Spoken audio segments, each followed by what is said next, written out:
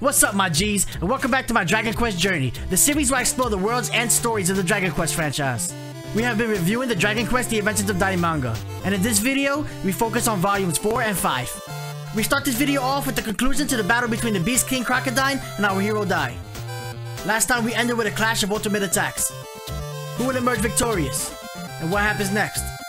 If you like this video, please subscribe and hit the like button down below, and don't forget to drop a comment. Also, don't forget to hit the notification bell so you get notified every time I drop one of my videos. And with all that said and done, let's jump right in.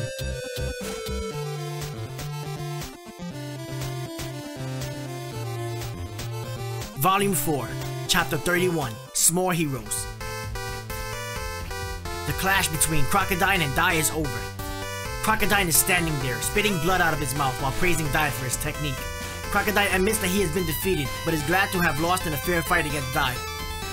Crocodine says that Dai has taught him something, and falls out of the hole he blasted in the wall earlier while holding his wounds, and after hearing the death cry of the Beast King, the 100 Beast Regiment lost the will to fight and escaped into the forest. The battle in Romos is over, and the soldiers are celebrating. We switch over to Crocodine being put into a casket with some Reaper ghosts surrounding it. Zabuera is serious because Crocodine lost, and he needs to relay the message to Hadlar.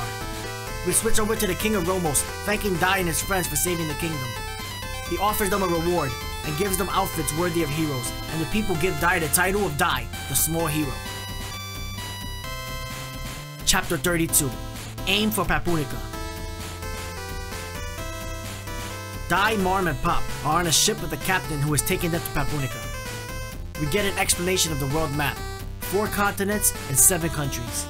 The captain informs Dai and everyone that PAPUNIKA has been killed by an immortal army, the Undead Regiment. Dai is even more determined than ever to get to PAPUNIKA and find Princess Leona. We switch over to Zabuera looking to get in contact with Hadlar, the Demon King. Hadlar bursts through the mountain and boasts that he's mastered the pinnacle of flash fire and explosion spells. He must have been training to defeat Dai. Hadlar tells Zabuera to use the evil eyeball to gather the other 4 captains at Demon Rock Castle. Chapter 33, The Gathering of the 6 Commanders. We start this chapter off with the Fire and Ice Captain, Flazzard, in the middle of his attack on the northern country, being informed of Crocodine's defeat and being summoned to Demon Rock Castle.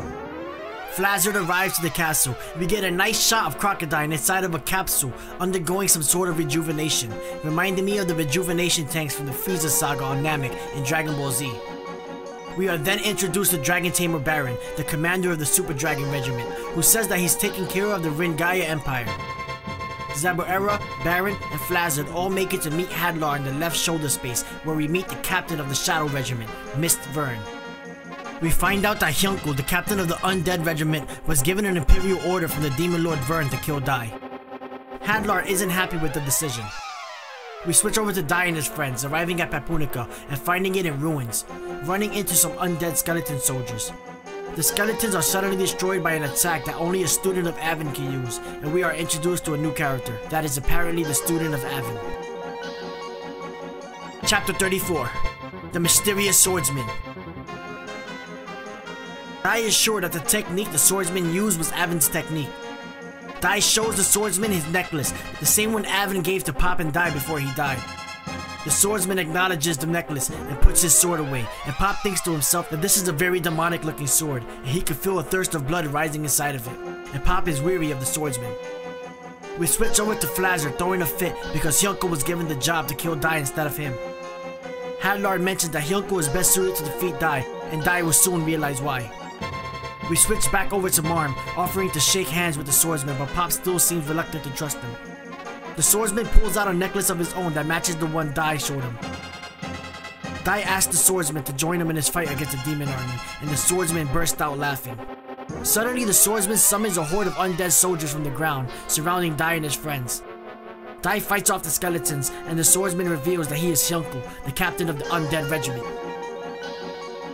Chapter 35, The Mystic Swordsman, Hyunkel.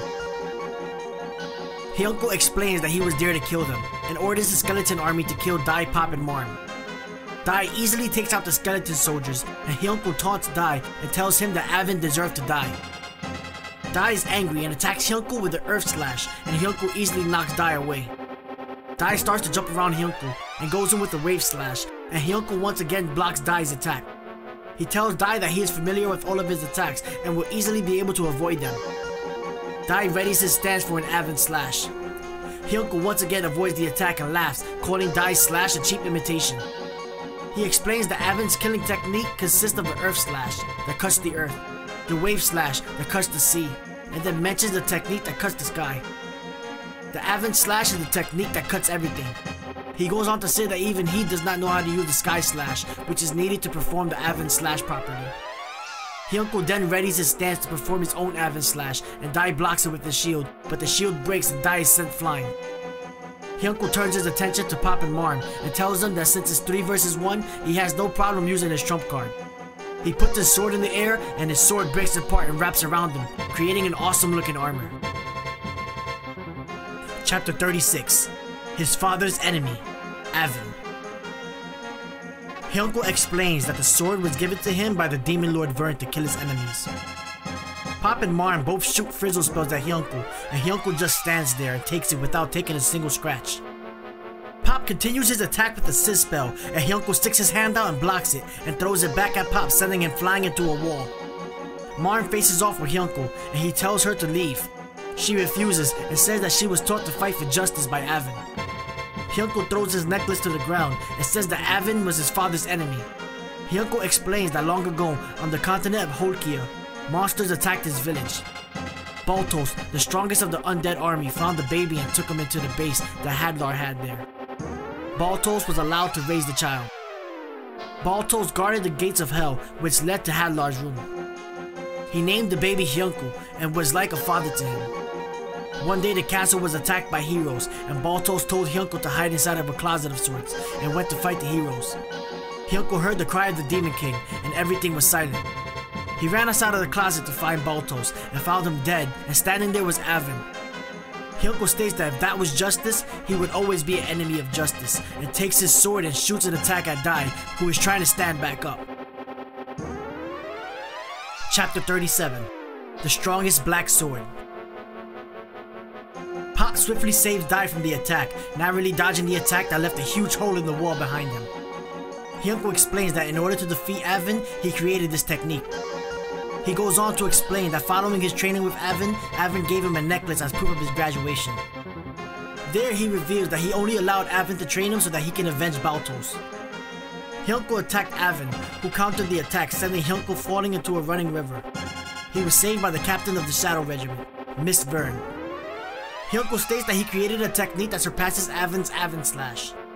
And he is ready to kill Dai, but is interrupted by Marm, who shoots her gun at him. Hyunkel slices the shot, and Marm does a dazzle spell which surrounds the enemy with copies of the user. Marm tries to confuse him and jumps in with an attack, and Hyunkel closes his eyes and counters her, elbowing her in the stomach as if he could sense her. Dai mentions that Hyunkel is on another level. Dai, still laying on the floor, comes up with a plan and launches a frizz spell at the opening in Hyunkel's helmet and hits him in the face. Volume 5. Chapter 38. The Absolute End. Hyunkel was standing there, and Dai's attack did nothing. Hyunkel launches an attack at Dai with his sword, and Dai dodges it and shoots another frizz spell at Hyunkel, who slices the spell in half.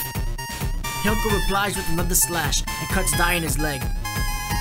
Hyunkel continues with a flurry of attacks, and Dai narrowly dodges all of them, but still gets cut in the process.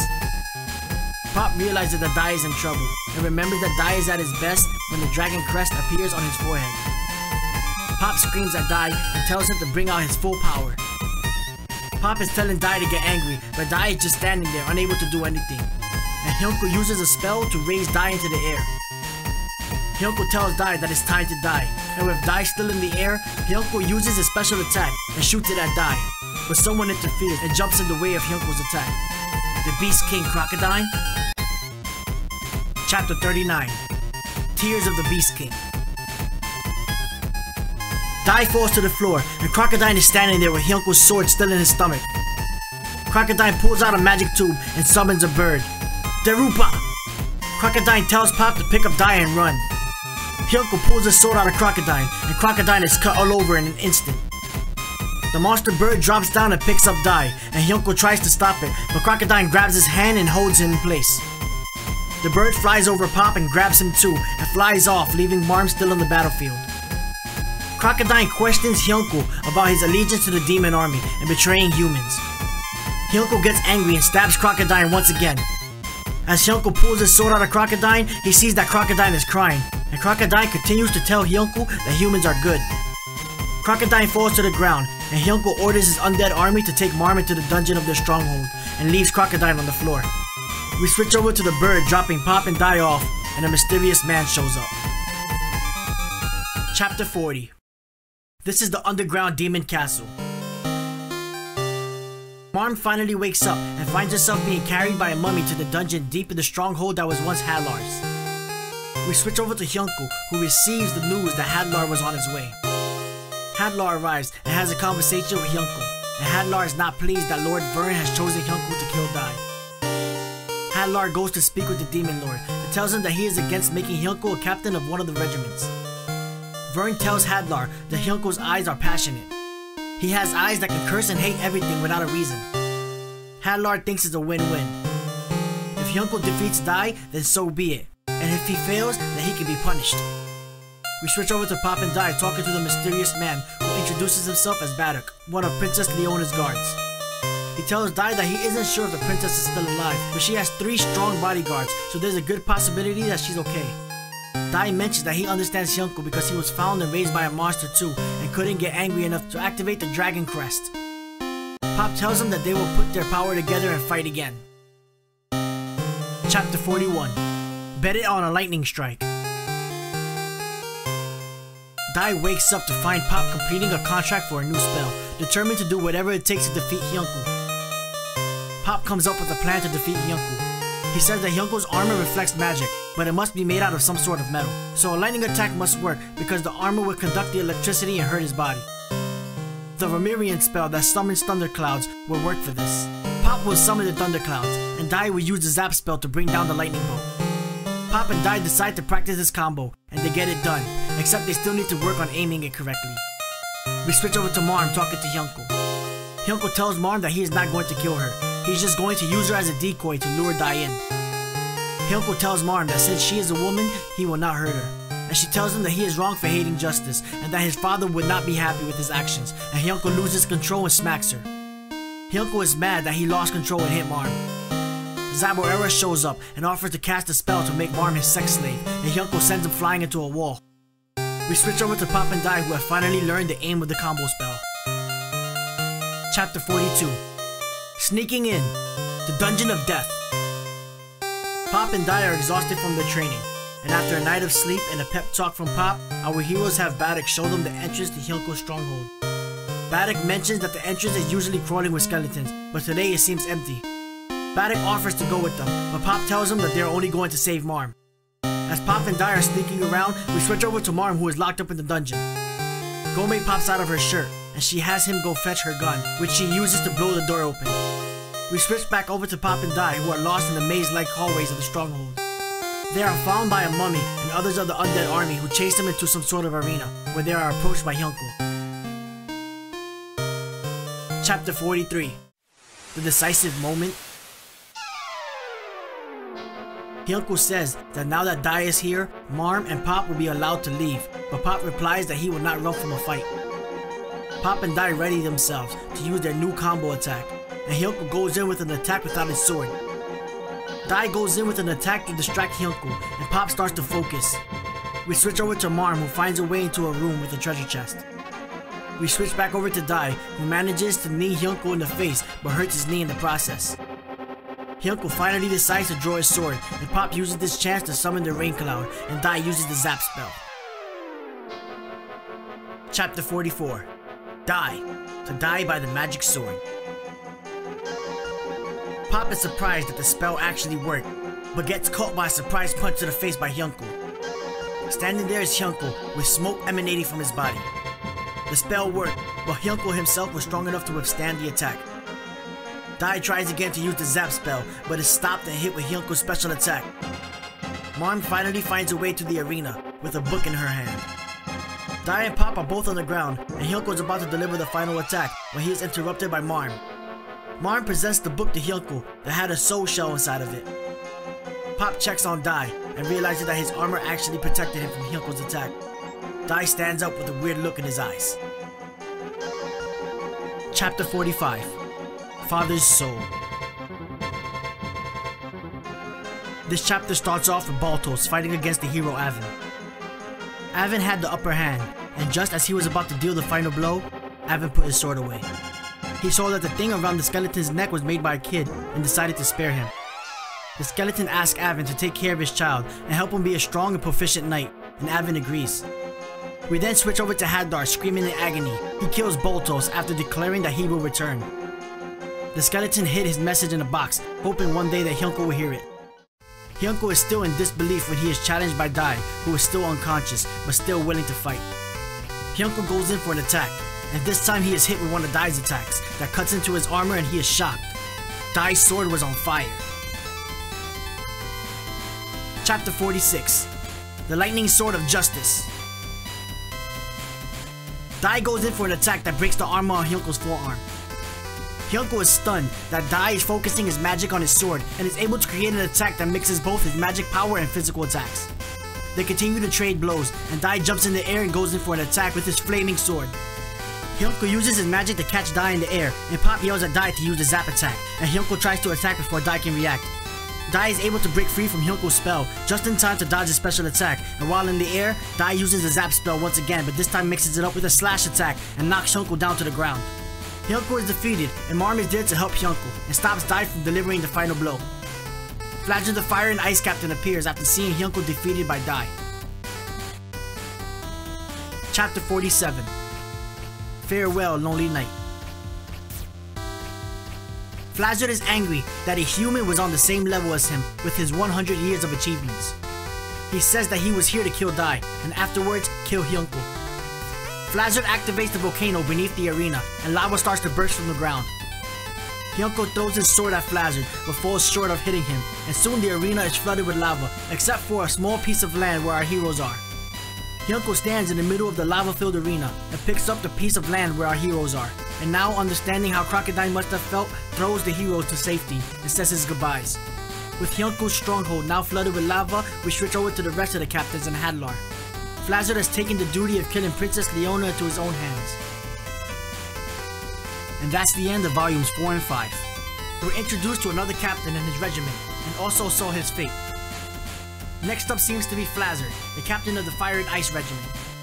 Like I've mentioned before, this will be the last manga review I bring to you guys until I finish the next trilogy of the Dragon Quest game series, the Zenithian Trilogy, starting with Dragon Quest IV. I hope you guys will continue to join me on my journey to the worlds and stories of the Dragon Quest franchise, and I'll see you next time with the next Dragon Quest video. Peace out, my G's.